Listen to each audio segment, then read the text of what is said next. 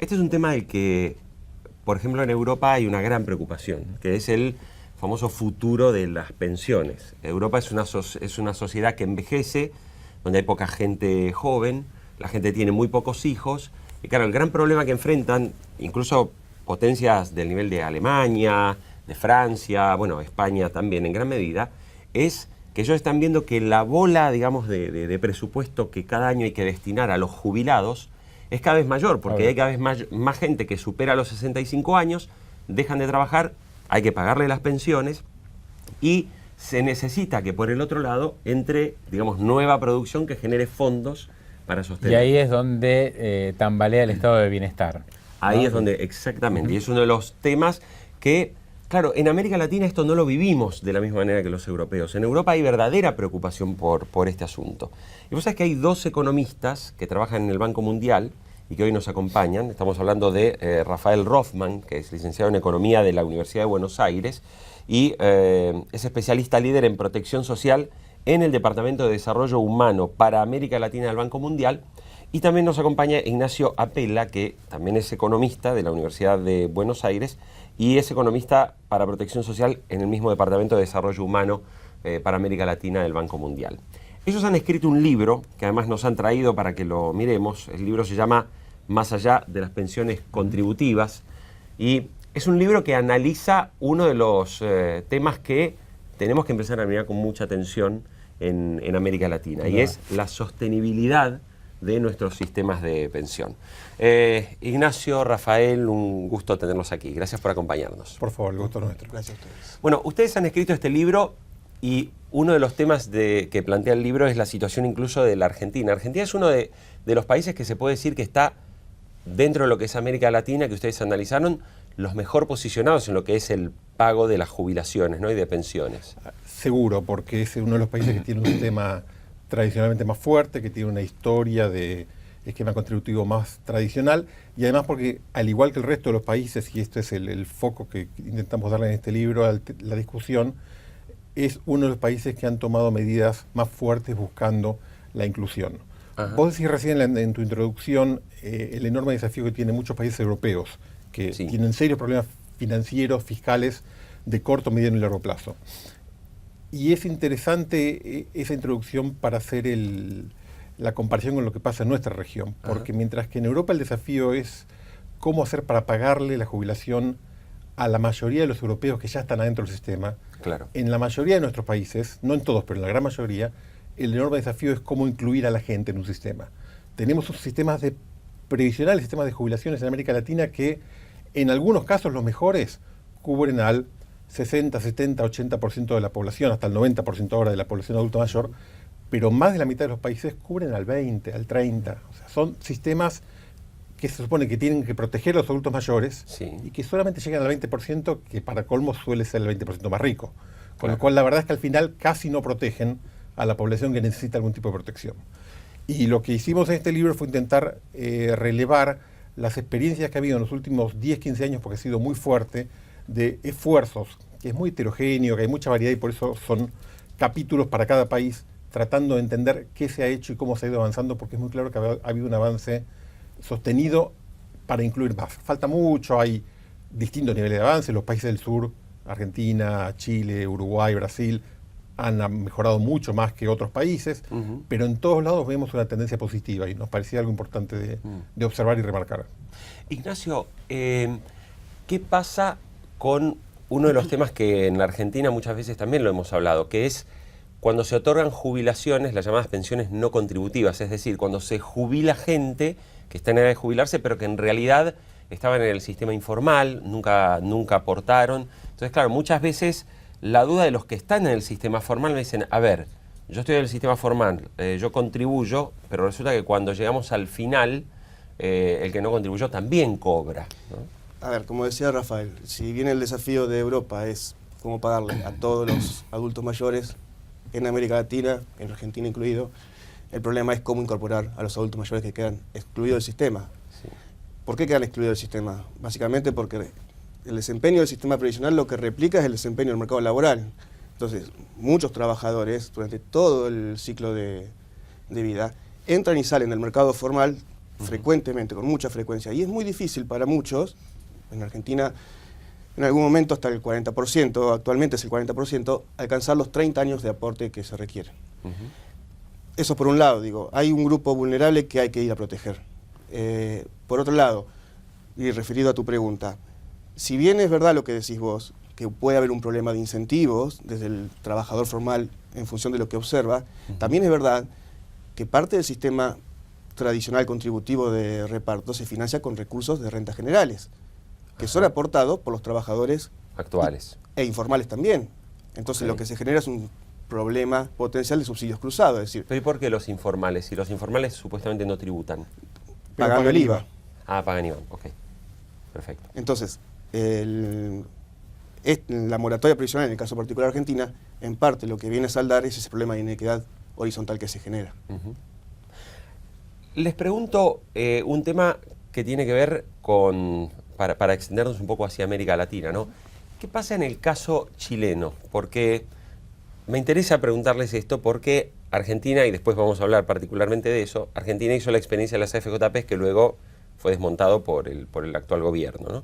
Pero el caso chileno es uno de los casos donde el sistema de pensión privado es el principal hoy sostén. Sin embargo, creo que ellos tienen buenos índices también en términos de trabajo formal, o sea, es uno de los países que tiene menos empleados en negro, es uno de los países donde la pensión contributiva está más garantizada y más asegurada incluso que muchos otros. Sí, y a ver, es un muy buen ejemplo para entender de qué estamos hablando. Chile es uno de los países que tiene mejor mercado de trabajo, en el sentido de la formalidad, del cumplimiento de las reglas, de todos lados, ¿no? Es un país que tiende a cumplir reglas más que muchos de nuestros países de la región. En ese contexto, uno mira los números de Chile y del sistema contributivo puro, de las AFPs y de lo que aún queda, que todavía queda un poquito del antiguo sistema antes de la reforma, eso llega a cubrir a más o menos un 60% de la población de adultos mayores. Y era un porcentaje que venía cayendo sostenidamente a lo largo de los años. Si uno mira la evolución desde el 90, el 2000, 2010, la tendencia era clarísimamente declinante. O sea, aún en un mercado de trabajo eficiente, bastante transparente, con relativamente poca evasión y poca elusión, como el chileno, aún así teníamos un problema de cobertura creciente. Por eso Chile hizo en el 2008, fue parte de una de las principales reformas de la anterior administración Bachelet, una reforma previsional muy importante en la cual dijo, vamos a garantizar un ingreso básico para todos los ciudadanos chilenos. Lo que hicieron los chilenos en particular es, al estilo chileno, decir, bueno, pero vamos a diseñarlo de una manera que funcione muy eficientemente integrado con lo que ya hay. Y entonces tienen un esquema que se llama la pensión básica solidaria, que lo que dice es, si usted por algún motivo no tiene derecho a pensión propia, cero, absolutamente nada, yo le garantizo un ingreso mínimo. A medida que usted genera derechos propios, yo voy restándole un poquito de esa mínima y tomando su parte de manera que esto se integre. Ahora, la moratoria argentina, ¿no? Que incluyó creo que 1,5 millones, 2,5 millones de personas, digamos, que ya estaban en edad de jubilarse, pero que no llegaban a completar los 30 años. ¿Es un modelo que pueden seguir otros países de América Latina? ¿Estuvo bien esa moratoria? Porque al mismo tiempo otros remarcan que esto a la larga va a generar un agujero también muy importante, ¿no? Desde el punto de vista... A ver, es un modelo absolutamente válido, es un modelo que funcionó.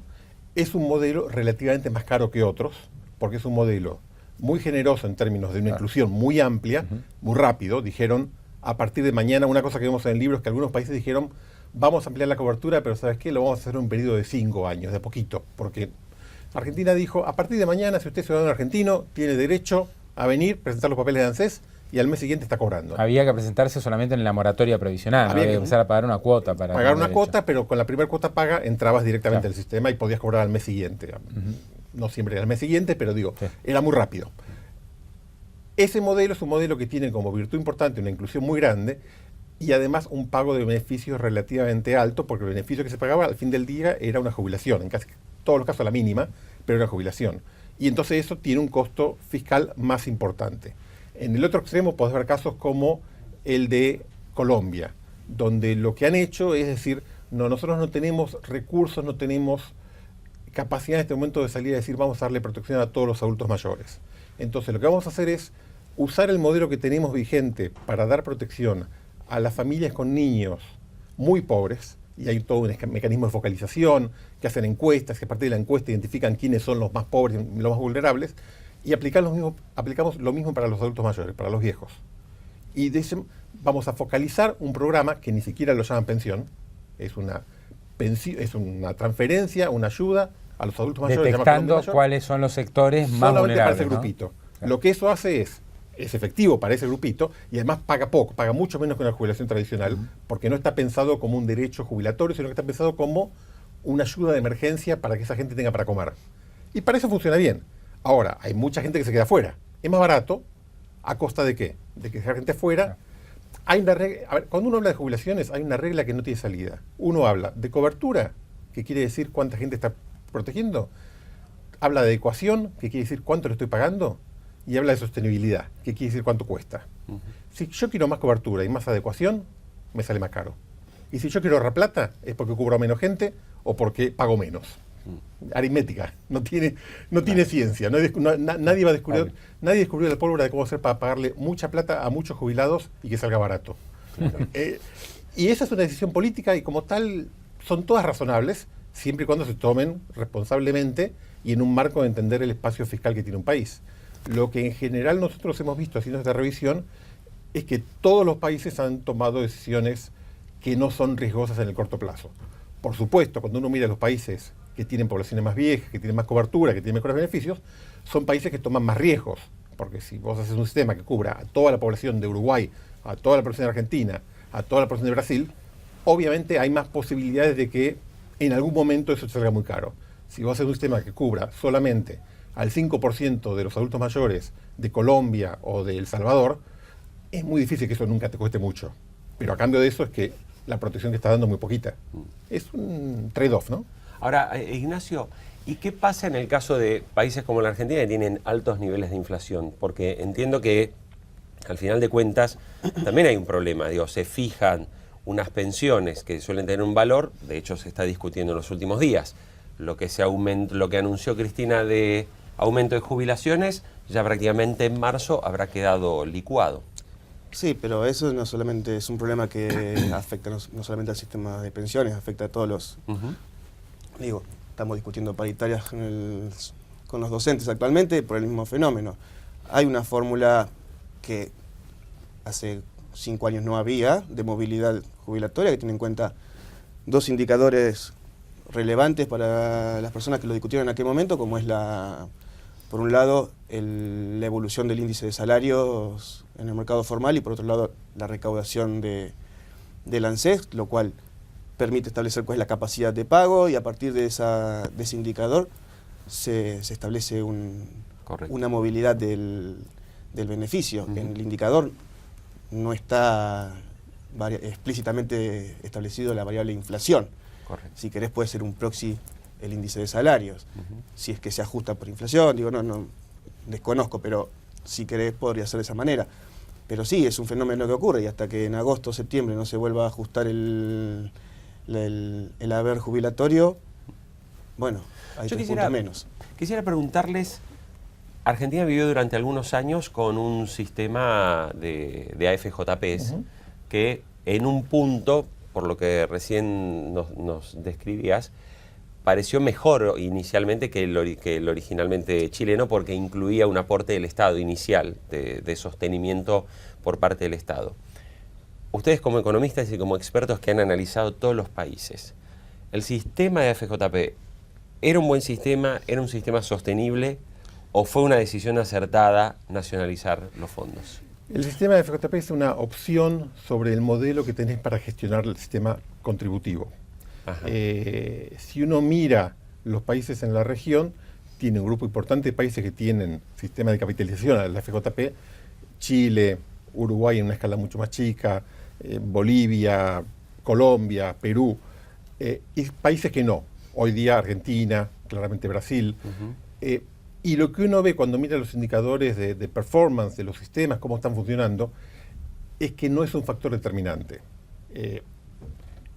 Hay sistemas con gestión pública que están siendo gestionados evidentemente muy bien y por eso hay recursos suficientes para hacer políticas inclusivas y políticas de protección efectivas. Hay sistemas públicos que tienen más dificultades y hay sistemas privados que no terminan de funcionar tampoco. No es determinante. Yo tengo personalmente una experiencia larga, trabajo en el tema de las FJP en su momento en la Argentina, y lo que uno ve claramente es que el desafío es la inclusión de la actividad del sector privado, la inclusión del mecanismo de ahorro a largo plazo, funciona si está acompañado por mecanismos de supervisión efectivos. Si no, se parece mucho a cómo no funciona un régimen de reparto tampoco. Claro. Y un régimen de reparto funciona cuando está gestionado profesionalmente y con responsabilidad. Si no, se parece mucho a un régimen de FJP que está mal gestionado. Claro, ahora uno trata de proyectar, ¿no? Incluso nosotros, digamos, hoy estamos en edad activa, pero en algún momento a todos nos va a pasar, vamos a llegar a la jubilación. Yo no. Bueno, me alegro. ¿Qué pasa con, digamos, los futuros jubilados en América Latina? Porque hoy la pirámide de América Latina es muy distinta a Europa. O sea, Europa es una pirámide con mucha gente grande y que va a vivir muchos años. América Latina tiene mucha juventud y la población no tiene tanta esperanza de vida en promedio como en Europa. O sea, hoy tal vez no hay tanto problema, pero dentro de 20 años, 25 años va a haber muchos jóvenes o mucha gente en edad activa que va a tener que jubilarse o va a tener que recibir algún tipo de beneficio. ¿Ustedes cómo ven ese futuro? Ese es el desafío en realidad tenemos oportunidades y desafíos, porque actualmente, como vos decías, estamos en lo que los demógrafos denominan bono demográfico, es decir, la mayor proporción de la población es joven. Ahora, dentro de 30 años, el 20% de la población va a ser adulta mayor de 65 años, 30 años. Y en el 2100 va a ser del 30%. Nosotros hicimos un par de ejercicios de simulación referido al esfuerzo financiero que el país tiene que hacer para financiar, manteniendo algunos parámetros normales o como están actualmente, y realmente requiere de un esfuerzo grande, es decir, 20 puntos del producto para financiar 19... Digo, ¿cuánto es hoy en hoy el Producto Bruto Argentino, por ejemplo? Previsional puro, 7.8%. Ahora, toda la seguridad social es un 9%. Por eso la ANSES hoy tiene superávit, además, ¿no? Hoy la ANSES tiene superávit, pero... La ANSES tiene un superávit de 23.000 si uno sigue esta evolución, en algunos años va a pasar a ser un déficit. Sí, cuando termine el bono demográfico, digamos. En el 2040 es cuando se revierte la tendencia demográfica y la estructura etaria del país cambia, claro, pasando a tener mayor relevancia la población adulta mayor y no la joven. Entonces, lo que uno en esa situación lo que uno requiere es mayor productividad, mayor producto. Para eso necesitas mayor productividad para poder financiar una cantidad. O sea que acá hay digamos, dos desafíos. Uno es el crecimiento vegetativo de la población, que uno sabe que ya va a estar dado, ya está, y el otro es la informalidad, ¿no? Porque en la medida que haya mucha informalidad hay menos aportantes para el sistema. Creo que no solo la informalidad, pero la informalidad no solo en términos de aportantes del sistema, que es relevante, pero más importante que eso es lo que decía Ignacio, la producción del país. Hay un concepto que da vueltas mucho cuando uno habla de estos temas en general, que es el de la centralidad del output. Lo relevante es, al final del día, lo relevante para un sistema previsional es cuánto lo que un país produce, cuánto es el Producto Bruto de un país, cuánto produce bienes y servicios. Lo que hace el sistema previsional, mejor o peor, de acuerdo a cómo esté diseñado, cómo sean las reglas, cómo esté administrado, es después distribuir los derechos a consumir ese producto entre distintas generaciones. Ahora, si ese producto no crece en forma sostenida, entonces no hay sistema de distribución que sirva, porque no hay para distribuir, punto. Si ese producto crece en el mediano plazo, y ahí va el punto de la productividad, y eso se vincula también con la informalidad, porque la informalidad es menos productiva, tiene menos calidad de trabajo, tiene menos derechos la persona que está en esa condición y todo ese tipo de cosas, pero si uno sostiene un nivel de productividad que va creciendo en el tiempo y logra que el producto de un país crezca a un ritmo lo más alto posible, el impacto que eso tiene en el mediano y largo plazo es que hay para distribuir. Después podrá tener un buen esquema de distribución que haga que eso funcione bien, o uno que rompa todo porque nadie consigue que el dinero vaya para ningún lado. Pero una vez que están los recursos, después distribuir es, entre comillas, más fácil. No es, si fuese muy fácil ya estaría hecho, pero quiero decir, pero es una discusión que es mucho más fácil de dar cuando hay que cuando no hay. Me gustaría consultarles algo, lo último por mi parte, que se discute mucho acá, ¿no? Sobre todo cuando se estatizaron las AFJP y después Diego Bocio, el titular de ANSES, tenía que salir a dar explicaciones, ¿no? Específicamente sobre el funcionamiento del Fondo de Garantía de Sustentabilidad. Entonces empiezan los reclamos, ¿no? ¿Por qué el Fondo de Garantía de Sustentabilidad, que es dinero que se había ahorrado durante la etapa de las AFJP se invierte en bonos de YPF, por qué compra tal o cual activo, por qué es plata que va a tucha y menos a vivienda. Bueno, siempre hay discusiones, ¿no? Y Bossio siempre dice, no, esta es plata que no es de los jubilados. Hay un error en esto, es decir, la plata de los jubilados va a financiar la necesidad de YPF. Y él dice, esto no es plata de los jubilados. Los jubilados se financian con los aportes de los sectores digamos, de la clase activa, de los trabajadores. Esta es plata que es un fondo anticíclico que tiene la economía argentina. Sí. Introdujo como un concepto distinto. ¿Está bien esto de pensar que en el fondo de garantía como un fondo anticíclico que se podría haber conformado tal vez con otros recursos? Por ejemplo, Lavagna en su momento dijo el excedente en el precio de la soja que vaya a un fondo anticíclico para nivelar desequilibrios en la economía. No se hizo. Y ahora se toma el fondo de garantía. En principio el fondo de garantía es un fondo que acumula recursos excedentes, en parte los que se refirieron a la FJP, pero también los superávits que ANSES tiene regularmente, que en buena parte se originan no en aportes y contribuciones, sino en impuestos de rentas generales como el IVA que se transfiere a ANSES. Entonces no es que ahí están los aportes, hay de todo ahí adentro, ¿no? No es una cosa limpia en cuanto al origen del recurso. El segundo punto de esta discusión que a mí me parece importante, y en eso creo que Bossio apunta en la dirección correcta en esa discusión, es el compromiso que el Estado y la sociedad argentina debe tener para con los adultos mayores actuales y para con los futuros, para con nosotros, no es que va a haber un fondo especialmente, es que se va a pagar. Digo, el Estado tiene la responsabilidad de pagar, y el compromiso es ese. Por supuesto, si hay plata guardadita para pagar, la vida seguramente es un poquito más fácil. Pero en la realidad, lo importante es que hay un compromiso de pago y que ese compromiso se cumpla. Si eso después sale de un fondo de garantía, de las contribuciones y aportes de ese mes del año 2028, o de la recaudación del impuesto al shale gas, que es en ese momento, honestamente me da más o menos lo mismo, porque algo que aprendí hace muchos años en la facultad es que el dinero es infungible, y entonces si hay dinero, hay dinero. En ese sentido creo que es razonable, y uno cuando lo piensa macro diría, y si ese fondo lo puede usar para aumentar la productividad del país y entonces haya más producto dentro de 30 años para repartir, es bueno. Obviamente el desafío es que eso funcione así, y eso es algo que, digo, nos excede a nuestra capacidad de discutir en este momento, y es una discusión interesante. Pero me parece que el punto es no quedarse pegado en el concepto del dinero de los jubilados, especialmente en un contexto en el cual en Argentina solemos decirle a eso, al dinero que está en ANSES, y el dinero que está en ANSES de vuelta es dinero que tiene muchos orígenes más que solamente los aportes y las contribuciones, y muchos destinos más que solamente las jubilaciones. Y entonces en esa lógica a veces creo que confunde. Me parece razonable que sea gestionado con la mayor responsabilidad posible, pero no creo que tenga que ser un dinero que esté en la caja fuerte con 88 llaves que no se pueden abrir en los próximos 30 años. Eso en general, digo, como economista me parece una mala idea reducir grados de libertad en la gestión pública y darle espacio a los responsables de la gestión pública, responsablemente, que utilicen los recursos que hay para maximizar los beneficios para todos ahora y en el futuro. Sí, y de hecho, parte de la rentabilidad líquida, digo, de la que se puede hacer el ANSES a partir de la rentabilidad que genera el fondo, va dirigida a financiar las erogaciones previsionales, asignaciones familiares y seguro de desempleo de ANSES. Entonces, digo, está dentro del circuito y le genera una fuente de recursos muy importante a partir de del 2008.